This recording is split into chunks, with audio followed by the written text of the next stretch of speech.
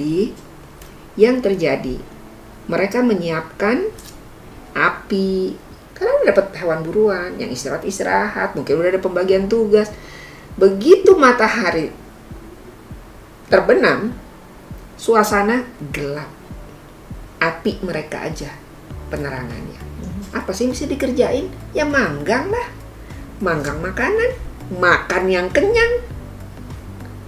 Itu protein, lemak dari hewan buruannya. Nggak ada yang kepikiran, tunggu, kita pakein daun kayak makanan Korea, dibungkus-bungkus gitu kan. Pakai daun dulu, dagingnya secuil doang. Nggak ada kayak gitu, ya kan? Yang ada pahanya buat gue, jantungnya buat gue, gitu kan. Dibagi itu semuanya. Ada leftover, pasti dimakan. Nggak ada yang takut gemuk. Sampai makannya gue dikit aja. Nggak ada dia kalori restriction. Karena butuh. Karena mereka tahu besok nggak tahu gue dapat makan apa enggak. Terus kalau udah api itu mati, ngapain mereka? Apinya belum mati aja juga dia dalam keadaan kenyang udah tidur. Yang ngantuk, sengantuk-ngantuk. Ya kan? Itulah yang Mas Tio lihat, oh kalau mereka udah dalam kondisi gelap, mereka udah bersiap tidur, perut kenyang, jadi mereka bicara tentang feeding session. Abis feeding, perut kenyang, mau ngapain? Kalau kita sekarang bilang, habis makan jangan langsung tidur. Iya nggak? Orang zaman dulu ada gitu, jangan tidur dulu, nanti perut, nanti kenapa-napa. Ya, kan ada food coma istilahnya, ya. Begitu kita makan kenyang langsung teler gitu kan, ya tidurlah. Tidur sampai pagi.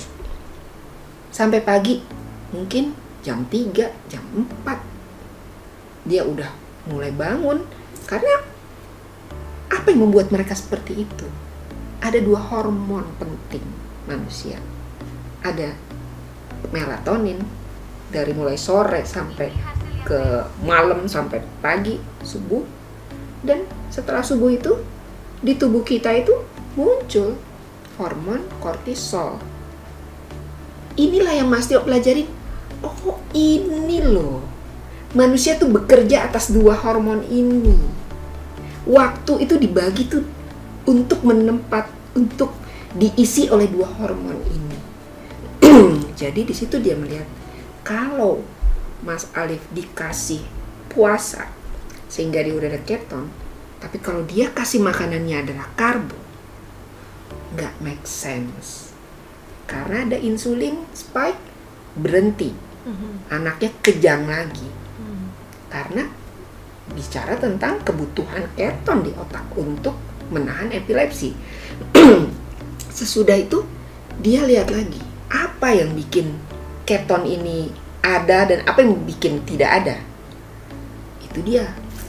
Akhirnya dia melihat, oh, hal-hal apa yang membuat kita itu kehilangan keton? Selalu insulin spike.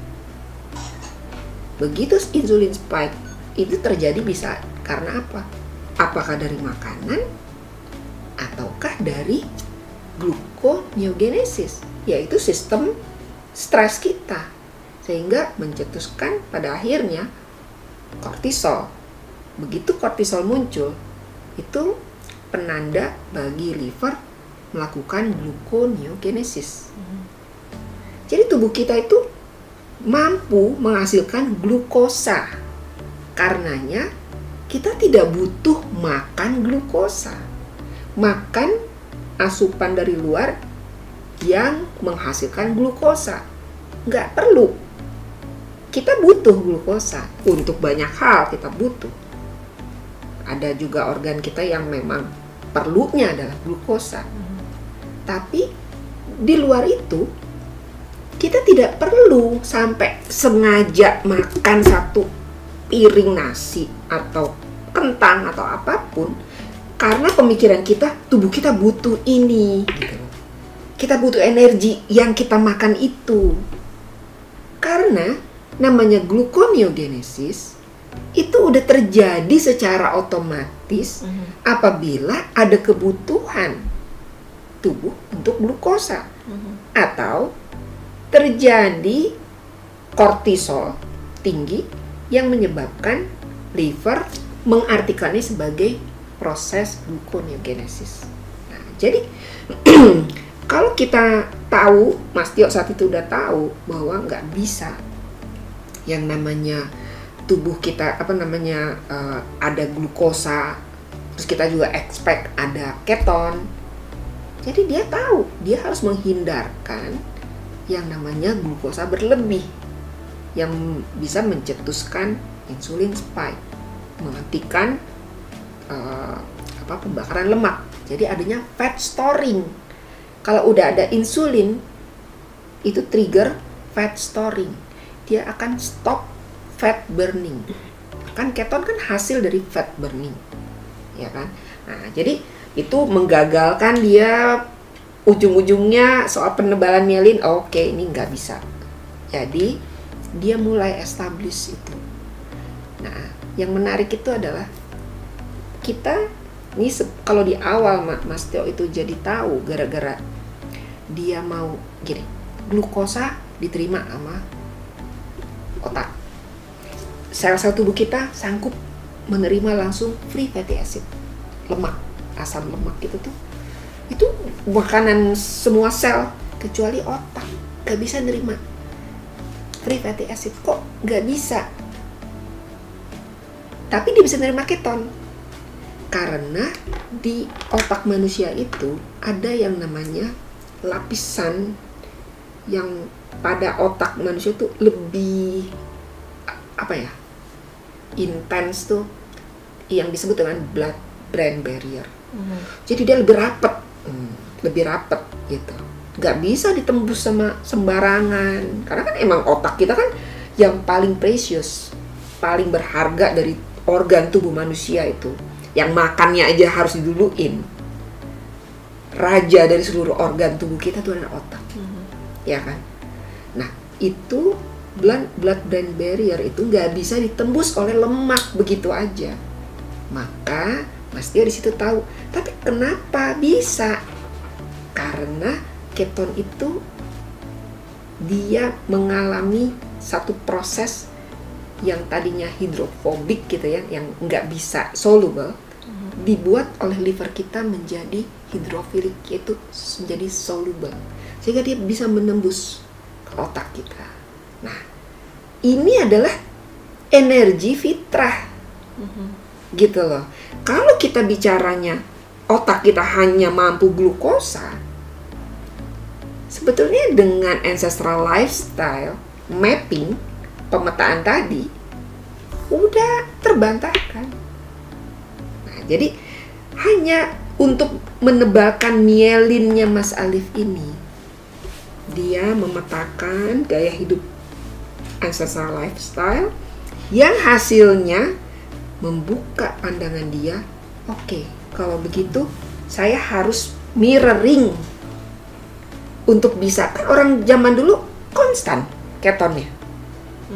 Nggak mungkin dia ada keselip dia nggak keton, nggak ketosis. Tapi kok bisa? Jadi apa dong? Berarti ikutin pola orang zaman dulu, salin, sesuaikan dengan lifestyle kita sekarang, sedapat mungkin kita lakukan itu, insya Allah kebutuhan ketonnya Mas Alif akan terpenuhi. Itu pada awalnya. Dan kenyataannya begitu dia melihat, oh kalau Mas Alif itu diberikan protein dan lemak hewani secara jumlah yang cukup, dia mulai melakukan seleksi. Dikasih sayur 1 kali kejang, langsung buat Mas Tio dan Mbak Lina, oh ini coret. Itu adalah hasil pembelajaran mereka gitu. Gimana caranya dia bisa apa yang cocok buat anaknya. Jadi begitu Mas Tio tahu bahwa tubuh kita itu membutuhkan energi, membutuhkan lemak dan protein hewani untuk kebutuhan nutrisi kita, di situ dia melihat, yes, positif, Mas Alif tidak akan aku kasih karbo, gitu. Dan dari usia 2 tahun, ini kita bicara pencarian pathway-nya dia untuk otak ya. Di sisi lain, perjalanannya Mbak Lina untuk membangun otot, ini terjadi paralel. Nah, bukti bahwa apa yang diusahakan oleh Mas Tio untuk penebalan myelin itu, inilah Mas Alif. Terjadi penebalan itu. Dari sisi kejangnya sudah tidak ada. Dari sisi interaksinya sudah baik.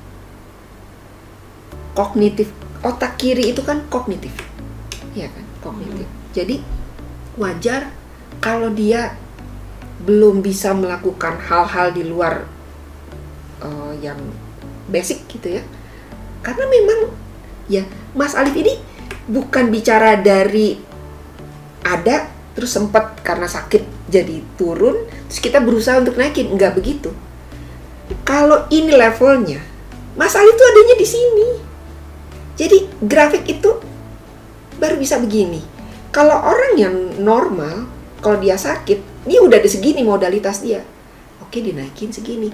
Kalau Mas Tio itu dari bawah garis minus. Dia mengadakan dulu yang nggak ada. Myelinnya Mas Alif yang tidak ada itu diadain dulu sama dia. Baru bisa mencapai Alif yang seperti sekarang. Itu butuh waktu berapa belas tahun. Masya Allah. Itulah. Nah, itu yang masa cerita seperti itu nggak aku bikin buku. Benar. Ya, gitu kan. Jadi sesimpel itu, aku pengen orang lain tahu apa yang dilalui oleh Mas Tio dan Mbak Lina. Terus efeknya dari situ, konsekuensinya adalah Mas Tio jadi tahu banget bahwa keton ini adalah kunci. Dan terapannya itu luar biasa. Terapan dari gara-gara kita mempertahankan keton di dalam tubuh kita, enggak, kalau buat Mas Alif aja dari minus bisa mencapai 0, 1, 2, 3 levelnya gitu ya. Gimana di kita-kita yang di awalnya itu kita udah punya modalitas, nggak punya masalah pada otak kita. Hasilnya udah otak kita makin bagus, ya kan? Dan itu semua mereverse karena keton ini seperti energi bersih, nggak ada limbah. Kebayang deh gini, aku seneng banget menganalogikannya dengan lokomotif kereta api, karena aku tuh penggemar cerita Lucky Luke gitu kan. Itu kayak zaman cowboy gitu. Kalau digambarin itu kan ada lokomotif batu bara yang hitam banget. Ini di ruang apa namanya, naruhin batu bara di lokomotif itu yang jusus gitu kan, asapnya tebal banget gitu kan, puluhan kilometer kelihatan deh ada kereta lewat. Itu kalau digambarin, orang itu cuma giginya doang yang kelihatan putih. Karena semuanya hitam semua, jelaga, iya kan, hitam semua. Tapi dia harus nambahin batu bara itu untuk dibakar. Diperlukan kalorinya kan untuk bisa membakar dan menggerakkan kereta itu. Berapa sih kecepatan kereta zaman-zaman film cowboy? Paling banter juga 50 km per jam kali. Iya kan? 50 jek. Asapnya setebal apa? Di dalam lokomotif itu luar biasa jelaganya di mana-mana. Bisa setebal-tebal ini kali dalam satu perjalanan. Tapi itu mereka harus masukin lagi batu baranya. Nah, untuk mendapatkan berapa kecepatan masukin batu bara sekian ton untuk bisa mencapai jarak dari Jakarta Bogor yang asapnya gila-gilaan, jelaganya buat orang yang ada di situ juga hitam semua. Ya kan? Enggak juga lebih cepat. Untuk mencapai kecepatan 30 km per jam mungkin mesti 500 kilo. Yang dipakai cuma segitu aja. Itulah yang aku bayangkan dengan kalau kita masih menggunakan metabolisme glukosa. Kita butuh, otak kita ini memang 20% dari asupan tubuh kita itu harus buat otak. Namanya aja raja. Ya karena urusannya berantakan kalau sampai otak kurang udah berantakan. Nah, jadi untuk memuaskan otak kita ini kita harus makan terus-menerus. Akibatnya sementara nih kemampuan absorpsi glukosa kita hanya 10 gram. Liver kita itu hanya 10 gram. Terus sisa puluhan gram dan ratusan gram lain yang kita makan setiap hari, 3 kali sehari, di luar somai, di luar Indomie, di luar segala macam itu kira-kira berapa penumpukannya? Berapa tebal jelaganya? Itu ditumpuk di dalam cadangan lemak. Karena tubuh kita juga pintar, nggak bisa glukosa beredar begitu liar. Tapi kan kerja keras liver dengan insulin membentuk menjadi glikogen. Cadangan ditaruh di adipos tisu di seluruh tubuh kita. Yang ada pipi, perut, segala macam. Di bokong gitu kan, di kaki, paha. Itu adalah gudang-gudang cadangan lemak kita. Ya kan? Nah, yang dipakai berapa? Karena tubuh kita tuh juga udah no gitu loh. Udah, hari ini saya udah cukup. Saya udah nggak butuh lagi. Kata tangan, kata kulit begitu, kata jantung, udah saya udah cukup. Saya bisa pakai lemak kok, bisa pakai free fatty acid.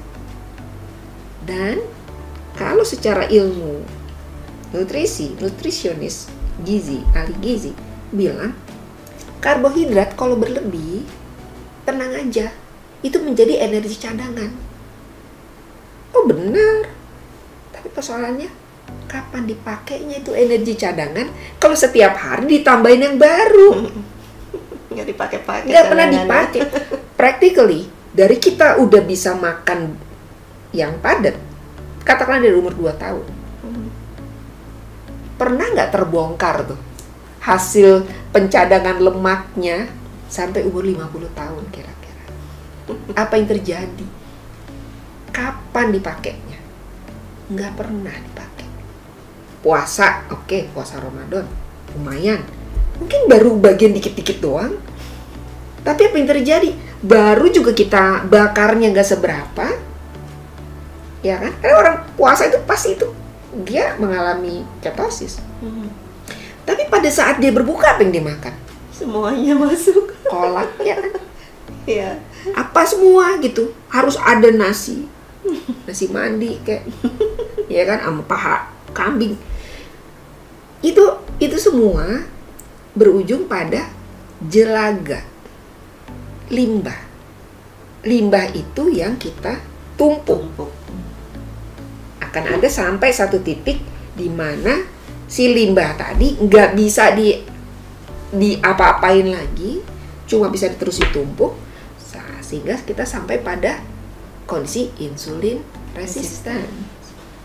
Terus kan kalau orang sekarang kan pinter, tenang aja, insulin resisten kan ada suntik insulin, suntik aja. Sampai kapan? Sampai nggak bisa lagi diterima. Oh, berarti saatnya kamu cuci darah. Iya kan? Cuci darah, tenang aja. Sampai kapan? Ya sampai mati. Gitu. Jadi itu yang terjadi sama kondisi orang zaman sekarang. Kalau di compare dengan metabolisme ketosis yang akhirnya diyakini oleh Mas Tio, dibuktikan sendiri, dan itu dipegang oleh dia. Dari posturnya Mas Tio aja udah kelihatan. Dari berat 114, paling sekarang sekitar nggak nyampe 60, mungkin 60 kilo. Nggak sampai 65 kilo beratnya Mas Tio. Tapi muscle-nya pasti Jadi sangat gitu kan. Muscle itu berarti untuk ototnya sangat maksimal. Yang kita butuhin itu apa sih sebenarnya? Lemak kita yang maksimal apa otot kita yang maksimal? Ya kan? Lemak, kita makan lemak hari ini dalam asupan protein dan lemak hewani itu untuk disimpan, kita pakainya besok. Jadi apa yang kita pakai sekarang nih di hari ini adalah hasil olahan energi kita yang kemarin. Gitu loh. Makanya disebutnya refill. Warrior itu kalau makan kan refill. Karena dia menggunakan cadangan yang kemarin. Kita isi makan sekarang untuk digunakan besok. Jadi nggak ada penumpukan. Nggak ada penumpukan. Bukan berarti juga kita kalau nggak makan terus kita langsung lemas. Enggak. Ada berapa banyak cadangan kita. Ada berapa ratus ribu kalori yang tersimpan di seluruh tubuh kita, yang diakses oleh otak kita kapanpun dia mau. Seperti itu. Jadi dari situ aja, ini adalah kita baru membuktikan bahwa jalur ketosis itu adalah jalur fitrah, dan itu yang dipegang oleh Mas Tio dalam rangka secara konsisten sampai pada proses penebalan mielin untuk menjawab masalah mielin tipis. Itu yang tadi kita udah ngomong, itu sebenarnya ujungnya mau ke situ. Ya. Gitu. Tapi kita belum bahas tentang otot. Seperti itu. Bayangkan. Oke, aduh. Panjang ya? Panjang tapi aduh saya sampai nggak bisa ngomong, Mbak. Sungguh ini cerita yang menginspirasi sih buat saya. Bener. Oke, jadi Masya Allah sekali ini buku sangat menginspirasi. Mungkin kalau saya pengen tanya bakal ada banyak banget pertanyaan, tapi kayaknya nggak mungkin. Jadi untuk sementara, apa harapan Mbak Nela untuk terbitnya buku ini? Oke. Kalau nomor satu sih, saya tuh kan tadi seperti yang saya bilang, saya pengen banget cerita Mas Tio ini, cara dia berusaha gitu ya, dan juga cara konsistensinya Mbak Lina gitu, untuk bisa membuat Mas Alif ini berdiri, berjalan. Itu saya pengen banget diketahui sebanyak mungkin orang. Enggak cuma di antara Keto Warriors. Saya pengen sedunia kalau bisa. Siapapun yang butuh. Karena ini bukan cuma sekedar solusi buat seorang sipi, tapi buat siapapun yang mengalami masalah kesehatan. Ya kan? Mereka punya harapan. Nah, contoh gini, aku baru ingat, Mbak Endang kan instruktur untuk Animal Flow. Nah, Animal Flow itu satu bukti loh, bagaimana lokomotor, otak sebagai lokomotor itu terbukti itu di Animal Flow. Karena yang namanya Animal Flow itu ya aku dapat dari guru kita juga, Coach Rahmat. Dia bilang Animal Flow, animal tuh apa sih? Tadinya buat saya tuh abstrak, apa sih Animal Flow? Ternyata itu adalah satu seni komunikasi dari otak kepada semua organ tubuh kita. Intinya organ tubuh kita tuh nggak tahu, kalau nggak diperintah sama otak Dia nggak tahu. Dia juga nggak tahu dia punya batas nyampe mana.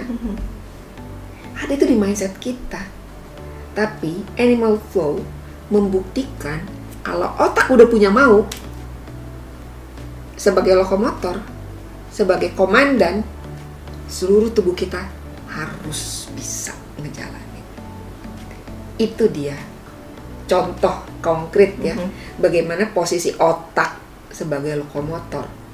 Lihat di Animal Flow. Makanya aku lihat Mbak Endang melakukan gerakan-gerakan Animal Flow itu, menurut aku gerakan yang aduh gila juga ya gitu ya, tapi dia bisa loh gitu. Artinya otaknya Mbak Endang itu udah sampai kepada tahap yang gue nggak mau tahu, lu kerjain. Dan otak kita nurut karena emang udah begitu. Dia raja, ya, harus diturutin. Tapi kan harus ada seninya otak kita. Otak Mbak Endang sampai bisa memerintahkan otot Mbak Endang melakukan gerakan-gerakan yang sulit sekalipun, kan ada seninya. Ototnya itu, otaknya memerintahkan. Itu yang dipelajari di Animal Flow. Jadi orang CP nggak mungkin melakukan Animal Flow karena dia problemnya di situ. Tapi pada Mas Alif, dia mungkin belum bisa, masih jauh untuk melakukan gerakan Animal Flow. Tapi secara basic, insya Allah dia sudah mulai bisa. Ini dia. Jadi aku tuh melihatnya bukan berarti kalau aku bilang baca deh, ini kayak kesannya kan aku yang nulis gitu kan. Aku pengen orang, kamu yang nulis, kamu jelas aja semua orang disuruh baca. Bukan itu. Aku menuliskan ini tuh biar diketahui sama semua orang betapa yang namanya usaha manusia itu bisa tanpa batas sepanjang mereka itu niat gitu. Sepanjang usahanya itu benar-benar dilandasi dengan ya tentunya dengan keikhlasan, dengan pasrah. Tapi kan persoalan ilmu itu kan dari Tuhan. Begitu Tuhan membukakan pintu ilmu kepada Mas Tio, istilahnya apa sih nggak bisa terjadi? Nah itu pelajaran itu yang aku harapkan bisa diambil sama banyak orang. Mudah-mudahan buku ini nggak sulit untuk dibaca. Aku udah berusaha untuk semudah mungkin, seawam mungkin, ya kan? Dengan bahasa yang mudah dimengerti pasti. Iya, itu yang aku usahakan hingga orang bisa mengambil pelajarannya, ilmunya, ya kan, dan hikmahnya buat siapapun yang membutuhkan. Seperti itu. Baik, Mbak Nela, terima kasih banyak. Aduh, ini tadi baru sedikit ya, baru otak yang dibahas ya. Belum otot, belum yang lain-lain. Nah, kayaknya lain waktu kita bakal ketemu lagi, boleh ya? Allah, boleh. Aku seneng banget kalau bisa. Baik, terima kasih. Dan mungkin yang penasaran isi lengkapnya seperti apa, bisa lo dibeli di Binaraga.net. Oke, atau tinggal cek aja di Binaraga.net. Tinggal klik aja Binaraga.net. Nanti ada buku ini, silahkan diklik, masukkan keranjang, check out, dan silahkan dibaca. Insya Allah. Ya. Oke, kita saya sebenarnya nggak mau mengakhiri ini tapi harus karena waktu ya. Terima kasih Mbak Nela atas kehadirannya di sini. Kita bincang-bincang sangat-sangat menginspirasi. Terima kasih yang sudah menyimak bincang-bincang kita kali ini. Kita bertemu di lain waktu. Assalamualaikum warahmatullahi wabarakatuh. Waalaikumsalam. Terima kasih Mbak Enda. Sama-sama Mbak. Di Binaraga.net, kami selalu percaya bahwa setiap orang pasti bisa memiliki tubuh yang ideal dan sehat. Dengan subscribe, like, dan share video ini, Anda turut membantu membangun Indonesia sehat dan kuat. Salam jelas fitness, saya JP.